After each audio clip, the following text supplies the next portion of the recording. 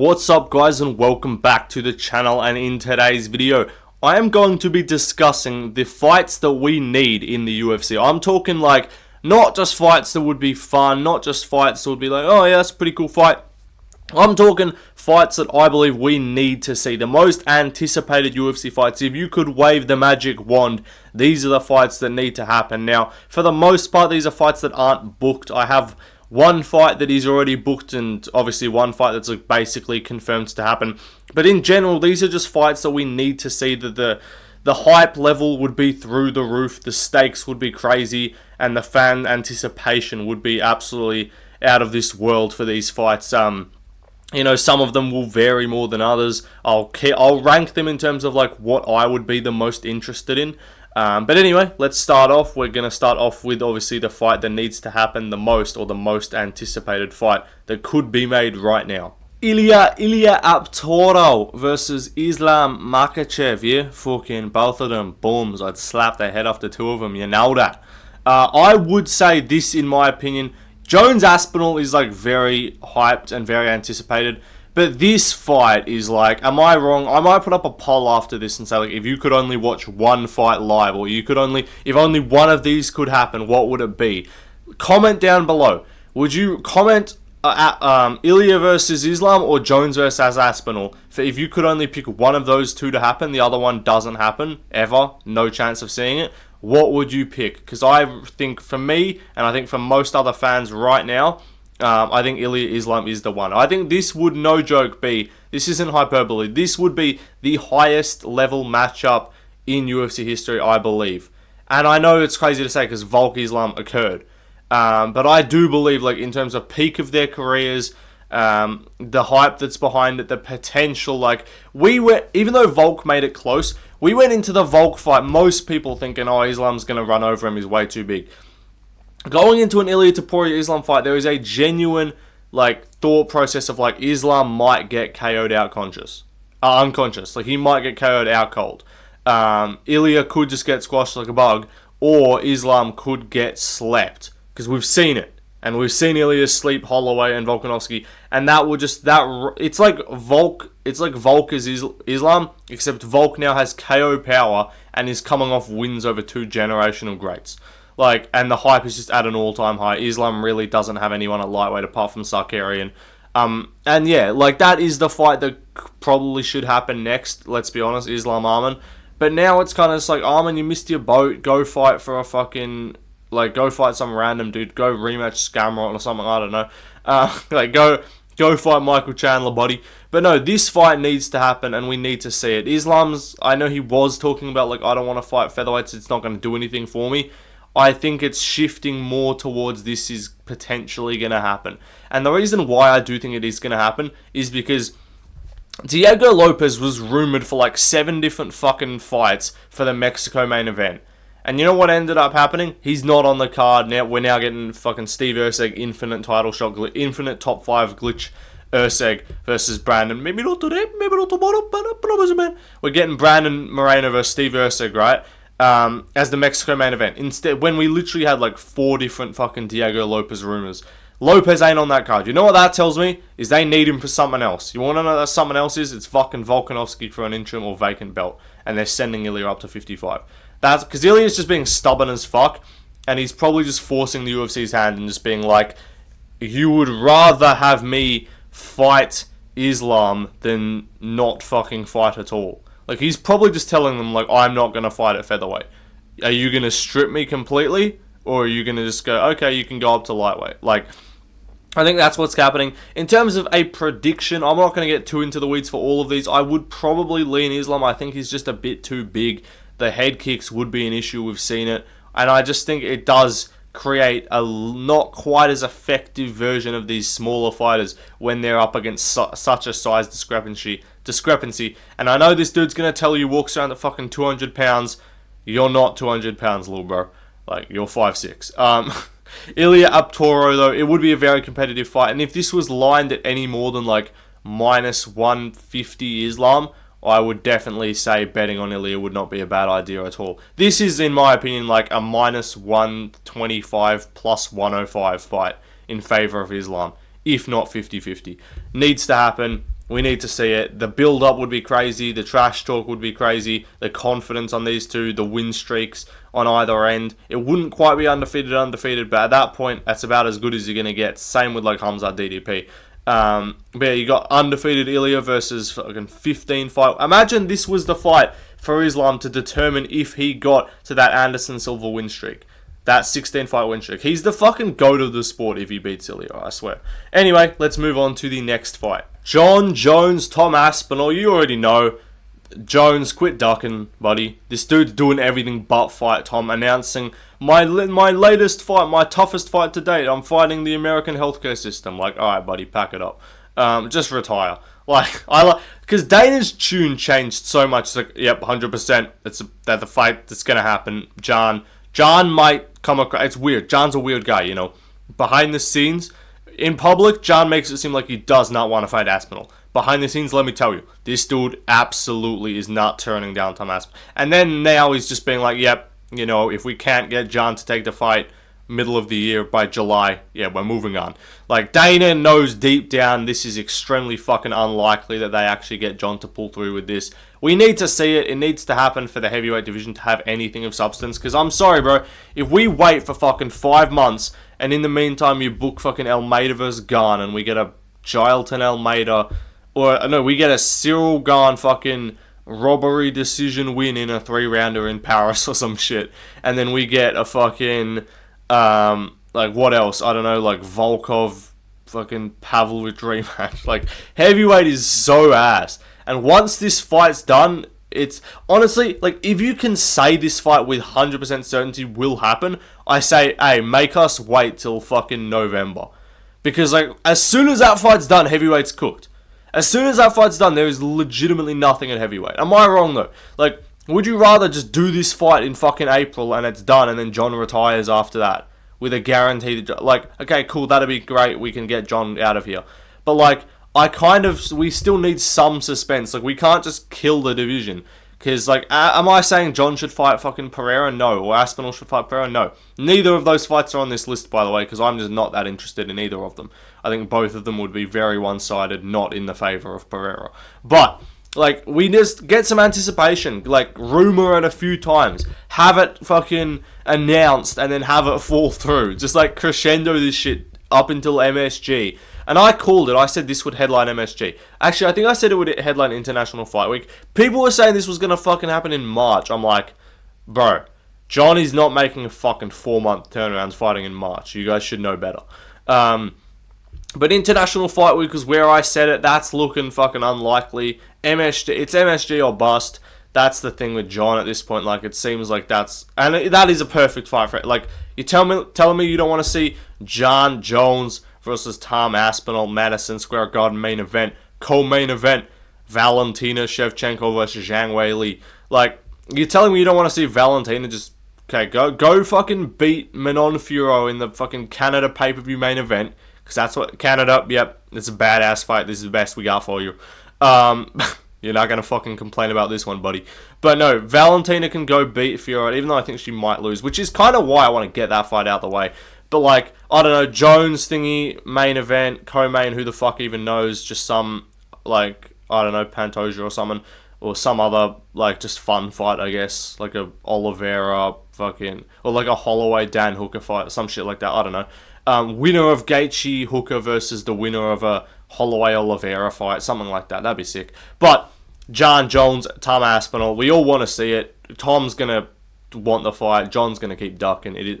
I really don't think this fight makes sense for me. I'd rather, if I'm looking at my career, where I'm at right now, I think Pereira. I'm really concerned about Pereira. Why would I fight young, hungry, dangerous guys that could fucking humiliate me? I would rather fight old men. That's the Jon Jones special right there. But anyway, let's move on to the next fight. Dricus du Plessis versus Khamzat Chimaev. Let me tell you about this kid, Dricus du Plessis. Dude's an absolute fucking goofball. Him versus Khamzat, though, we need to see this. And it's gonna happen. Like, this is not this is not like fantasy. This video is not like a fantasy matchmaking video. I do think most of these fights will happen. Some of them maybe not. Probably Jones Aspinall won't happen, but it should. These are not just out of the blue fights. Like, these are all fights that we want to see. But they're just the most anticipated fights. And I think the build-up to a Khamzat DDP fight would be incredible. You already know DDP's bringing up both Chechen wars. You know, Khamzat falling down and cutting his lip as a child on the fucking staircase or whatever. You know, he's bringing up all Khamzat's relationship with Kadyrov, how he lets himself get humiliated so that he can be Kadyrov's bitch. You know, all of the above. Dricus is going to bring it up as long as it's not in Abu Dhabi. Please don't make this fight in Abu Dhabi. Because Dricus will probably get killed before the fucking fight occurs if he says what he wants to say. But the anticipation on this would be crazy. Who the fuck would win? It's getting more 50-50. Like, I think when Khamzat beat Whittaker, I think there was just this narrative like, yep, no one fucking stands a chance. I think we're all forgetting that he got a pace pushed on him by short notice, upper weight class, Kamaru Usman. Like, are we pretending? Are we pretending like Dricus du Plessis' cardio isn't so much better than him and he's actually pretty difficult to just out-muscle and take down? Like, Whittaker got a clean entry on him. Am I saying Khamzat couldn't take him down? No. Khamzat fucking took Usman down. But guess what? We've seen that it's not impossible to survive. We've seen Gilbert Burns get up. We've seen Kamaru Usman get up. We've seen both of those guys take him to the cards. We've seen this dude say, I am very tired. This dude give me war. I love this shit after a fucking 3-round war with Gilbert Burns that he almost lost. Am I saying that that's the same Khamzat now at middleweight? No. But I think we can't just ignore the fact that DDP has an incredibly good grappling base. He's very strong. He's going to be the most physically strong guy Khamzat's fought. He's going to be more physical than Usman, for sure. And he's got better striking than Khamzat. And he's got a pace to push for 5 rounds. There was some narrative like, oh, Dricus has shit cardio too. Dricus' cardio has now been proven to be elite. Like, his cardio is now actually very good because he's pushing a crazy pace on everyone and not gassing. Like, yes, this dude was pulling mount against Brad Tavares and Derek Brunson and getting tagged up by Darren Till. But, like, new Dricus is actually gone crazy, and I think I would actually be leaning towards him in a fight. I'll put up a series of polls after this. Who would you pick in all these fights? I'd lean Dricus right now. And it's not just because of the Strickland fight. That hasn't opened my eyes. Like, that's not like, oh, look how well he did grappling defensively. But, like, apart from pulling fucking mount against Tavares and the Brunson fight, which you can't even look at as remotely close to current Dricus, the Whittaker fight is the most recent where he's looked slightly questionable in the grappling, but he still got on top. He fluke fucking head and arm, like, physicality Robert Whittaker to the ground and then beat the fuck out of him. Like, don't be surprised if, like, second round this dude gets on top of Khamzat and starts dropping elbows. Am I saying Khamzat would definitely lose? No, I think it's 50-50, but I could so see the fucking odds makers making Khamzat like a minus 200. And it's just like, bro, like, I get it. He's Khamzat, smash brother, boars, like, cool, crypto scams, woo! But, like, are we gonna act like Dricus isn't, like, the perfect style to just counter and survive his grappling in round 1, beat him up in round 2, and just get a finish in round 3 or 4? Like, I could definitely see that happening, but this fight definitely needs to happen. International Fight Week, make it happen. Let's move on, though, to the next fight. Now, this one's already booked, but Poatan Alex Pereira versus Magomed Ankalaev Big Ank. This fight, we're looking forward to it. We knew it needed to happen. This has sort of been the delayed title fight in the light heavyweight division for almost a year now. And we're going to get to see it. We are going to find out who the best light heavyweight in the world is. We are going to finally find out if Pereira is able to defend his so-called, like, stylistic nightmare matchup. People been glazing on Ankalaev for fucking ages.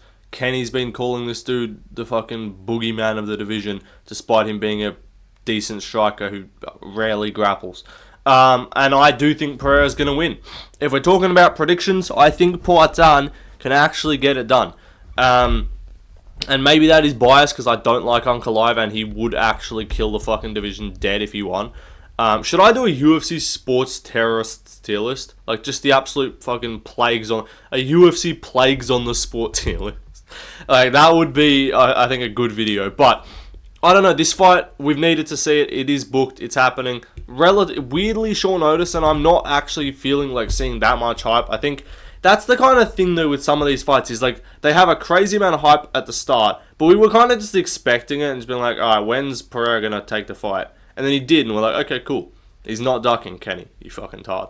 But no, then the fight's just randomly happening in like less than a month, and I'm not seeing that many people talk. Like, maybe it has to get to fight week for the hype to real pick up, but I don't know, I'm not seeing that much hype on this fight, and I'm like, this is like, maybe not one of the highest level skilled fights, because it's not in the lighter weight classes, obviously, but one of the most competitive, one of the most intriguing, like, no one really knows. And if you say that you know, you're lying, unless you've just got inside knowledge and you're fucking, like, the fight's scripted. Like, unless you do not know, no one here on this video, watching this video, knows if Pereira is going to be able to defend the takedown, or if Ankalaev can finish him on the ground, or if Ankalaev can consistently score takedowns, or if Pereira can actually catch him on the feet and knock him out, if Ankalaev can take the calf kicks, if Pereira can, like, take on late or, like, get up from the bottom. Like, all these things are questions that need to be answered, and no one really knows the answer. There's only one way to find out, kid. That's tune in March 5th on pay-per-view. But no, trust me, this fight is crazy. We need more hype on this fight. Like, there's people talking about Gaethje Hooker's gonna be a banger, dude. Like, yeah, it's gonna be sick, but, like, also Ankalaev Pereira is amazing. Like, we've needed to see this for ages. Anyway, let's move on to the next fight. You know, we're all about women inclusivity on this channel. Everyone always, anytime I do a tier list, like, where's the women? We need women. This is a video where a women's fight is actually warranted. Because I would genuinely be more hyped for Weili Shevchenko than, like, most, not all, but most men's fights. Maybe not title fights, but, like, I'd be more excited for this. I'm sorry, I'd be more excited for this than I was for fucking DDP Strickland 2. Like, that's not a crazy take. And if you do, like, people are gonna be like, oh, left lane's just saying women, fuck, women, bro. Like, nah, this fight's actually sick. Like, we need to see this. And again, I maintain, it's not women's MMA when they both fight and look like men. I mean, they don't look like men, but they fight like dudes. Like, they're all probably both on juice. They're both very skilled. They both fight like men, especially Weili. Weili's on juice for sure, but it's just allowed. I don't care. Let women be on roids if it's going to make the divisions interesting. But this is the only fucking fight that's interesting in women's MMA. Like, Juliana Pena vs. Kayla Harrison has got to be the least intriguing title fight since the latest women's bantamweight title fight. Like, but no, this is champ fight. We don't see that many champ fights in women's MMA. The last one I think we saw, if I'm not mistaken, was Nunes Cyborg, and that ended in some absolute hype. Like, that was crazy. Like, we need a female double champion again, just to have some fucking interest. Because, like, Shevchenko, if she beats Fiora in the meantime, if they for some reason do that, which it doesn't seem like they're going to,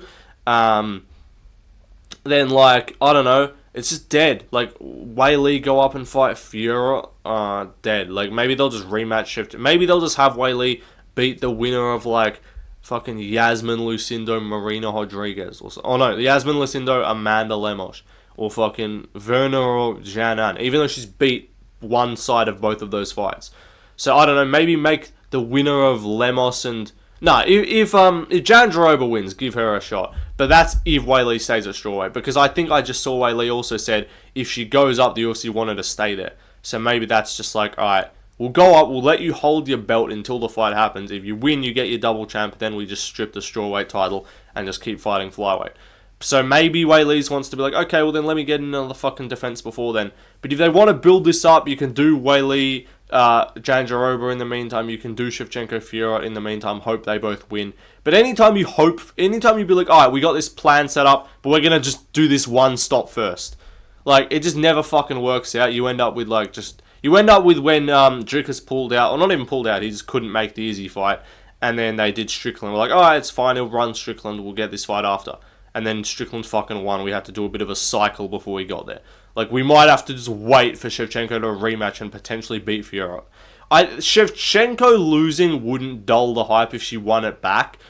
I do think if Weili somehow fucking lost to Verna Jandiroba though, that would kind of kill the hype of this fight, even if she then won it back. But, like, it has to be 2 belts. Like, you need 2 belts on the poster, and this is not a main event. Even though it's hype, this is not a pay-per-view main event. This is a fight night main event or a pay-per-view co-main. Anyway, let's move on to the... I actually would pick Weili as well. Let's move on, though, to the next fight. Next up, we got Merab Dvalishvili. Hey, it is not Merab Dvalishvili. It is Merab Dvalishvili. Learn to read, speak English. Versus Alejandro Pan. I worked so hard for this, you guys. But this fight needs to happen at some point. I don't think it's going to happen next. It seems like they go on the Kai Kara France way. But then recently, Pantoja came out and said, like, I haven't even fucking been given a contract for Kai Kara France. Even though somehow, like, there's, like, opening odds for that out for UFC 314. So I do still think that'll happen. And I do think they are going to end up just giving O'Malley an undeserved fucking rematch with Merab. I genuinely will actually be irritated if O'Malley wins. I want Merab to beat O'Malley in the rematch. I don't want O'Malley as champ. I know it's like, oh, he's cool. He's fucking dead. Like, his fights are cool. But they're just gonna fucking absolute fraudulent max his title reign and just give him Cheeto Vera fucking title defenses. They're gonna be like, oh, you want to fight Jose Aldo coming off a loss? Alright, go. Like, alright, cool fight, but like, can we actually get some legit contenders? Anyway, I think Merab will beat O'Malley or Jan if he fights them again. And I think Pantoja will beat Kai Kara France. But yeah, send Pantoja up to fucking bantamweight and see how that goes. I do think Merab would win by just cardio, but like, he hasn't really fought anyone with a crazy submission game. That was the thing of like, they're never gonna fight, but Aldo would have a good shot to beat him because he's jiu-jitsu. Merab's got great jiu-jitsu. Sorry, Pantoja's got great jiu-jitsu. He can take him. He could reverse him. He can end up on top. Merab gets reversed in a lot of his fights. Cejudo spent like 2 minutes on top of this dude. Jan took him down. Spent some time on top. Umar scored some takedowns on this dude. Don't be fucking surprised if Pantoja gets him down and gets to the back. Does he choke him out? Probably not. But like, has Merab been finished before by submission? Yes. Does Pantoja have probably got a fucking good guillotine? Yes. That's why I was interested in a Figgy Merab fight, because I was like, Figgy's got good counter grappling. His cardio is not the best, but he's got a guillotine. So I don't think you can stop Merab with punches. Like, you could. Pantoja ain't going to do that. Figgy maybe, but probably wouldn't. But I think you need to actually be able to stop him submission-wise. Like, you need to actually just get him in something that he can't just tough his way out of and just put him to sleep. Like, that's my idea of how someone would have to beat Merab. And I do think Pantoja would be the best guy to do it with a potential submission, quick back take. This dude's scrambles are crazy. Would I pick Merab? Yes. If Merab was like minus fucking 400 though, am I betting on Pantoja? Absolutely, because he's actually very fucking good, and people don't put enough respect on the fact that this dude has beat like the entire division. And also Merab's takedowns early, like, would he, if he gets to the third, fourth shit, yeah, he probably takes over and wins. But like, are Merab's like entries that good? Like, no. Does he get most of his takedowns stuffed? Yes. So if Pantoja, who's got pretty decent takedown defense, I know everyone's gonna be like, oh, he got wrestled by Askar. Askar's a better actual like technical wrestler and grappler than Merab, and also Askar, and that was not even close to the best version of Pantoja. Merab would probably cardio max him, but again, Pantoja could catch him in something, could get him in a fucking gilly, could take his back in a scramble like he just jumped on Asakura's back, could reverse him. Merab rushes a lot of his stuff. He kind of just bursts of energy and then maybe randomly gets caught in something or gets turned over. Like, again, Jan, Cejudo, these guys have spent time on top of him, taken him down. Umar as well. They have held him down a little bit. That's happened. So, am I saying Pantoja wins? No. Am I saying it's not just an absolute lock that Merab wins? Yes. Anyway, let's move on to the next fight. Charles Oliveira, Max Holloway, make this happen for International Fight Week. This is what I'm thinking. Like, we need to bring back stacked International Fight Weeks, not fucking Diego Lopez, Dan Ige co-main events. Like, respect to Diego Lopez and Dan Ige, that is not a fucking co-main. And even the original fight, Lopez Ortega, is not a pay-per-view co-main event quality fight. Like, that's a cool feature fight. Or that's like a pay-per-view main card opener. But this is what I'm talking about. International Fight Week. I should do a card builder. Main event. Either Ilia Toro versus Islam. Either that main event or DDP Khamzat main event. So either of those main event. Co-main event. Weili Shevchenko. Feature fight. Holloway Oliveira. 5-round BMF title fight. Make it happen, Dana. This is why I need a job at the matchmaking. Like, I'm not saying this is a crazy fight in terms of me being like, oh, no one thought of this one. Obviously, it seems like it might happen. But in terms of the placement, that's how they should stack these cards. I mean, worst case, if they do like 2 pay-per-views in June, one of them ends up being shit, I wouldn't even mind Oliveira Holloway. So yeah, Oliveira Holloway main eventing a pay-per-view, because they always like when you need a random fucking main event for a pay-per-view, just that you don't have planned out, just chuck a fucking BMF belt on the line, and yeah, they can just do Holloway Oliveira pay-per-view main. But if it's on a pay-per-view, they could do co-main pay-per-view feature fight even on International Fight, would be sick. But yeah, make this fight happen. I would lean Oliveira. But I don't know. It would be very fucking close. Anyway, let's move on to the next fight. Final fight to discuss. Next up, finally, we got Sean O'Malley versus Petr Yan. This fight needs to happen. It's not going to happen because I'm calling it now. O'Malley's going to somehow get a fucking random title shot in like June, despite not winning a fucking fight and having one fraudulent defense over Chito Vera. I hate Sean O'Malley. But him versus Petr Yan, 5 rounds pay-per-view co-main or feature fight or fight night main event, 5 rounds. They ain't going to fucking main event O'Malley in a fight night, let's be honest. But no, pay-per-view feature fight, pay-per-view co-main on a week, like, you're telling me, hey, 2 5-rounders, neither of them are undisputed belts. Even you're telling me Oliveira Holloway, like if they do a pay-per-view like they did at the start of June in like a Newark, New Jersey type shit, like some random ass American location, not one of the big cities like Vegas or New York or anything, just like random ass location, and they need a main event and a co-main. Bang, Oliveira Holloway main event, O'Malley Yan co-main event, both 5-round fights, badass card. Feature fight you can chuck on Carlos Prates against anyone. He'll save the card. But this fight needs to happen. It's intriguing. It's a rematch. Another thing, Oliveira Holloway rematch too. That's anticipated. But yeah, rematch needs to happen. First fight was not even close to fucking definitive. Again, they've both leveled up so much since then. This is just pure aura. Like, this fight would just be unbelievable fucking clip farm, aura farming. Incredible. Would be great. Who would you pick? I'm talking about Oliveira Holloway. But this fight, O'Malley Yan would also be sick. Probably the highest level, like, maybe not highest level, but like, I'd say second highest level fight, or definitely the highest level bantamweight fight, but one of the highest level fights you could make striking wise in the UFC right now, period. Even in fucking UFC history, I'm gonna keep it a buck. But yeah, make this happen, we need it, and again, if O'Malley gets a fucking title shot without another win, it is so privileged, and it's actually unbelievable. Anyway, that'll do it for the video, guys. Hope you enjoyed. What are some other super fights? I'm not talking like just fun pay-per-view main card openers. Like, okay, yeah, cool, great idea. Joel Alvarez, BSD, badass fight. That's not the type I'm talking about. I'm talking about fights that like the entire fucking fan base would be on the edge of their seat, hyped up, going back and forth, having debate wars and shit on who's going to win. Like, these are the fights that I'm talking about. I've got 8 of them. What are some other ones I missed? I was going to try and get that to 10, but I just couldn't think of any other, like, super fights that I was like, whoa, we need this. Like, I guess fucking Nunes, or, like, DJ versus Pantoja. I don't know. Anyway, that'll do it, and goodbye. Subscribe. Bye.